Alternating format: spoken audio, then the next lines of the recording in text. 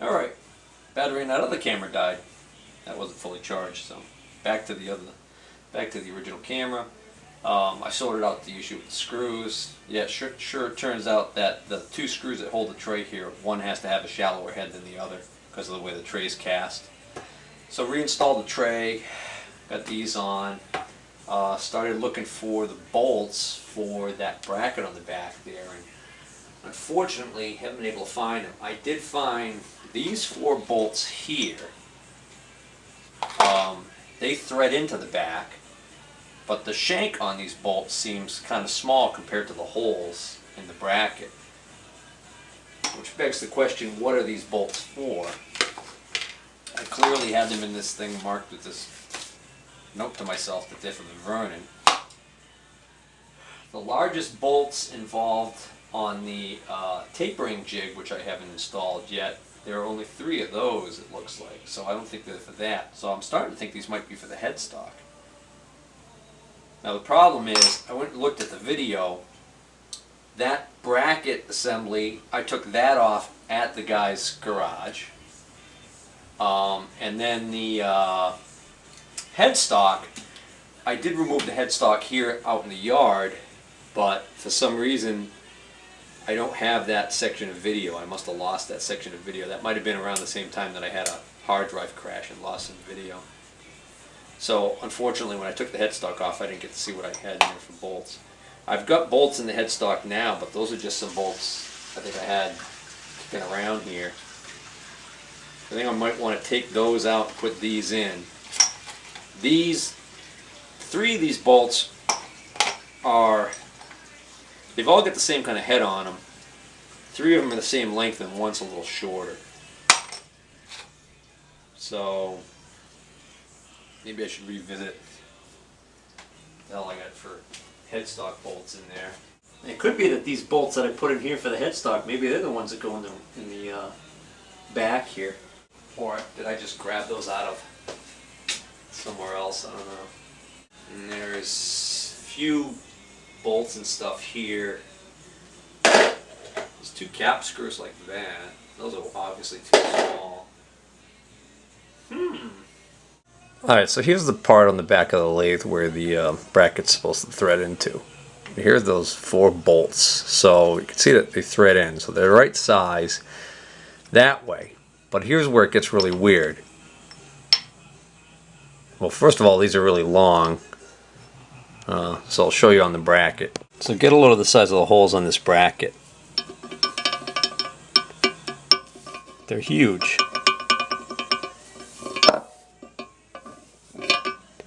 So they have the appearance that the bolts that are supposed to go in here are much larger. But if I have a bolt that's much larger than this, it won't thread into the back. So that makes me think the bolts either had some sort of spacer sleeves on them or were made in a way to accommodate this issue. Alright, I'm now confident that these 4 bolts that I had that were really dirty are the ones that I took out of the headstock way back when. So I've cleaned them all up nicely, and I've removed the bolts that I had put in the headstock. And again, one of them's shorter than the other, so you know, one of these holes for some reason is not as deep as the others, or it could be a removal issue, and I'm pretty sure it's on the back side near the gears there. So I'm going to put 2 of the long ones in the front. The socket with the swivel head fitting on it, the universal fitting, and the long extension makes easy work of this. These are longer than the ones that I just took out of here, so that's another good thing, because I noticed that you didn't have to unscrew those very far before they got pretty loose. So I think those were actually a little short for the work, for the job at hand, because they've got to go through this casting that's about 1.5 inches thick here, and then there's actually a space between the bottom of the headstock and there, so you're looking at almost 2 inches before they even start threading into the headstock. So I can certainly see why they need to be long.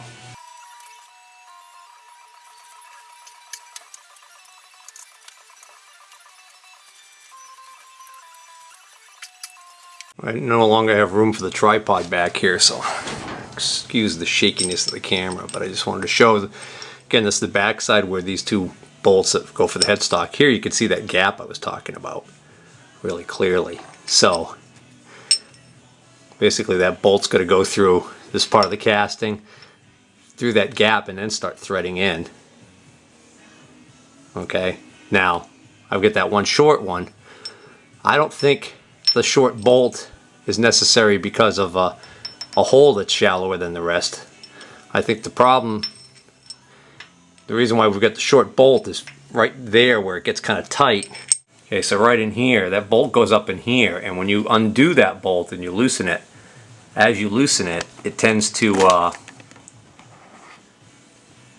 start, your socket is going to start impinging on this area down here where this stud is, and it just make things kind of miserable for you. So I think that's what the short bolt, the purpose of the short bolt is. There, I just started both bolts, and that kind of gives you an idea of the difference in length. You can imagine if this bolt was hanging down that much in the back there, how difficult it would be to get a socket on there. And because you've got such little clearance between the side of the bolt head and the casting here, you can't use like a combination wrench. You could use an open end wrench over here, but then again over there, because of the casting of the quick change gearbox being in the way, you can't use an open end wrench there. Really the only way to get that is with a socket. That also is a good reason why these heads are smaller, or the shape of the heads I should say. It facilitates getting that socket on there. See, with the nice long extension on there, I can actually sneak up into there. Of course, I gotta use my other hand to get the socket on there. And the, you know, I might have been able to get by without the universal on there, but there's barely enough clearance on the back side of that stud and nut that holds the back side of that shaft on, so this just makes it a lot easier. Alright, I'm going to have to put the camera down to use my He-Man. Alright, headstock is now bolted down with the correct bolts. Well, I got one in the many pieces of scrap that I've got laying around here. What I'm doing right now is I'm going to make some little sleeves to act as spacers so that I can bolt on that rear bracket on the Vernon lathe and not have to deal with it being kind of sloppy as far as the mounting goes. So basically they're just going to be bushings, and they don't have to be super accurate. We started to turn the outside diameter down because this piece of stock I have is just a tiny bit too thick for those holes, and I was starting to face this, so I'm just going to finish facing this off, and then I'm going to center drill it, and then I'm going to drill it out for the bolt size first, and then I'll worry about the OD and cutting it off. I'm going to grab my safety glasses.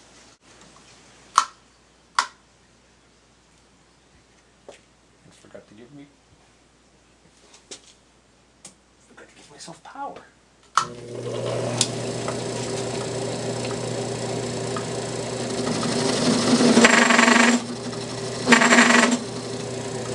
That's some serious chatter.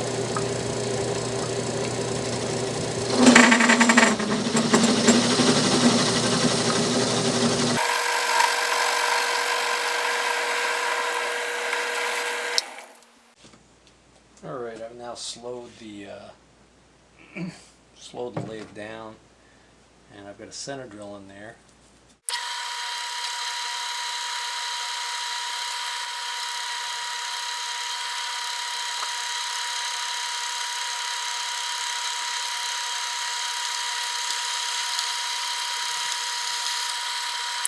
That should do it.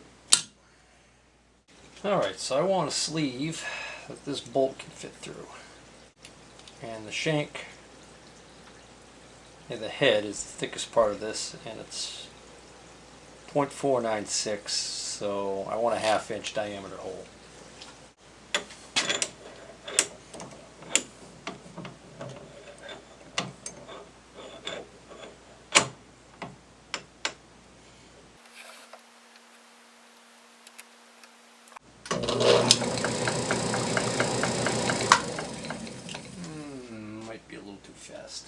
Let's see.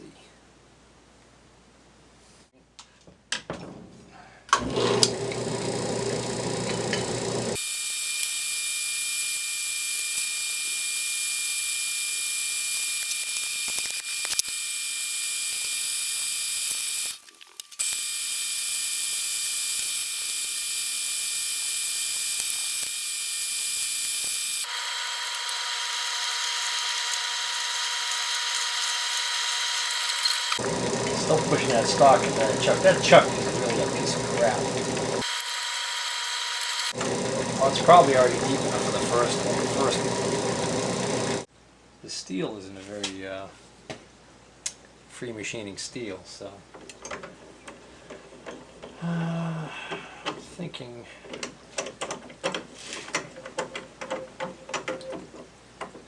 I guess maybe I'll make one sleeve out of this since I've already gone this far with it, but I think I'll find something else to use. Let's see if I can't find a 1/2 inch Morse taper drill bit. Oh, I got one.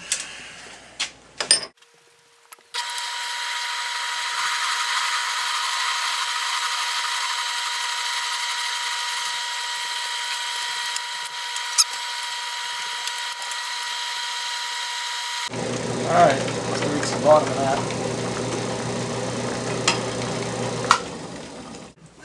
I don't know why I continue to use this wrench on the tailstock of this lathe. It's too big. It's cumbersome.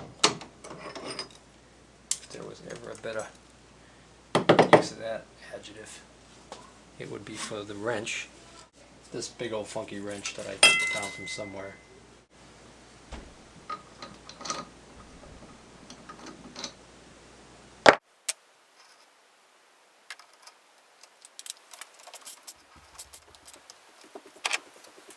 Now there's any number of methods I could use to cut this off.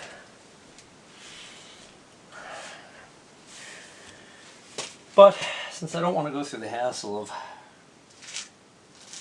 centering up a parting tool, so what I'm going to do is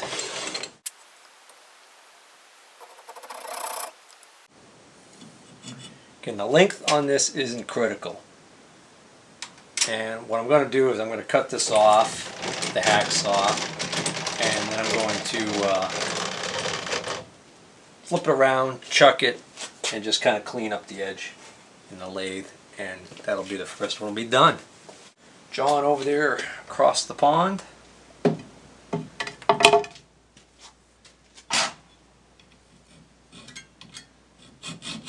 He's the reason why I put this down every time I do any hacksaw on the lathe.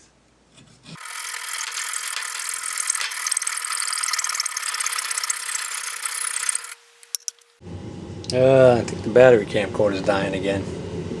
Camera shut off on me. Well, there's the finished product, the first one there. The finish isn't that great on it. Not going to win any prizes, but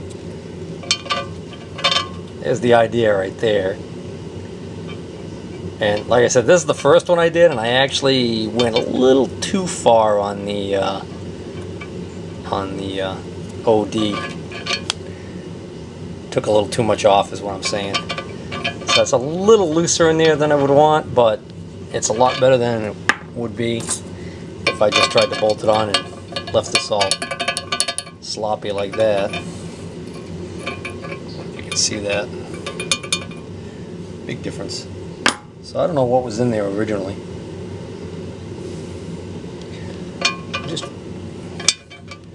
I wonder if this is not as thick on this side. Because I'm looking at it now and I'm feeling on the bottom there, and I think, yeah, I got to take a little bit more off of this. Alright, trimmed it up to length a little better, cleaned up the edges, and I just used my deburring tool on here. So now it seems to fit pretty well.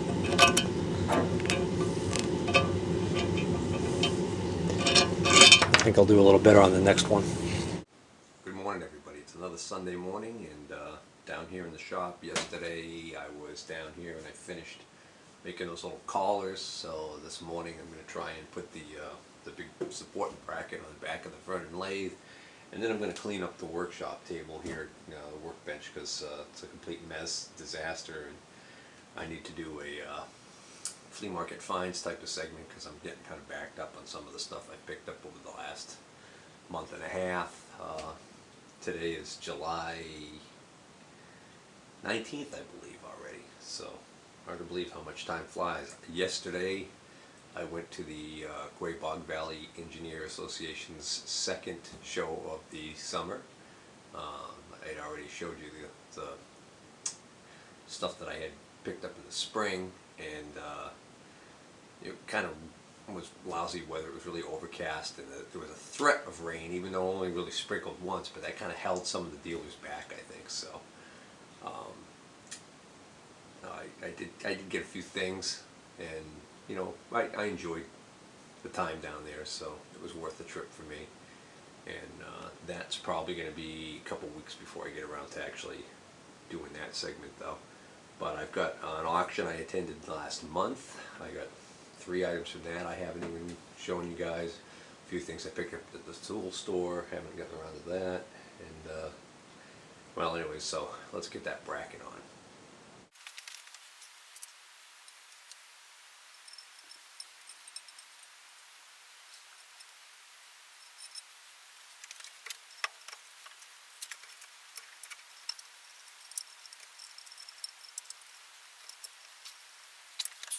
Good thing I found one of the holes, because this is getting a little heavy. You know what occurred to me? Wish it had occurred to me before I went through the trouble of making these sleeves.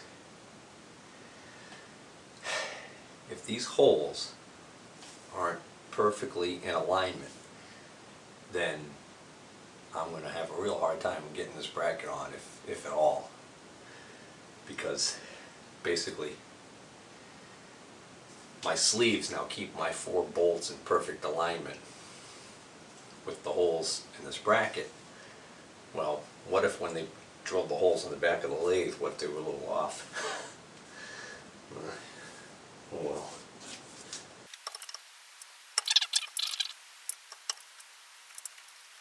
Looks like I finally got one to start.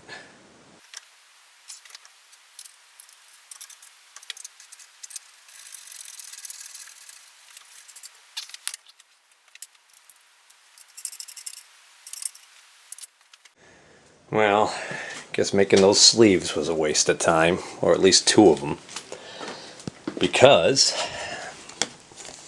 as I suspected, wish I had suspected it sooner, I've got a sleeve in that bottom one there, and on the bottom on the other side. But the hole for the top one now, let's see the hole in the top one? It's at the very tip top. It's actually a little to the left of center, and it's way above center.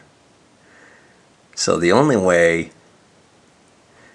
I'm going to get a bolt in there is if I just put the bolt in with no sleeve. The good news is that top of the hole will be, this top of the hole here will be bearing on the bolt, so it'll be hanging on the bolt, but it's not ideal. But that's because when they drilled the holes in the lathe bed, they weren't aligned with the bracket perfectly. I don't know if that was maybe to give them some adjustment ability of this bracket. I don't know, I may end up finding that I have to come back later and take these sleeves out completely just to adjust this thing. Actually, 3 of the sleeves, these 2 sleeves are in, and the alignment was good. And that bottom sleeve right there is in. So it's really only one of these holes, this hole here, that was really drilled off kilter.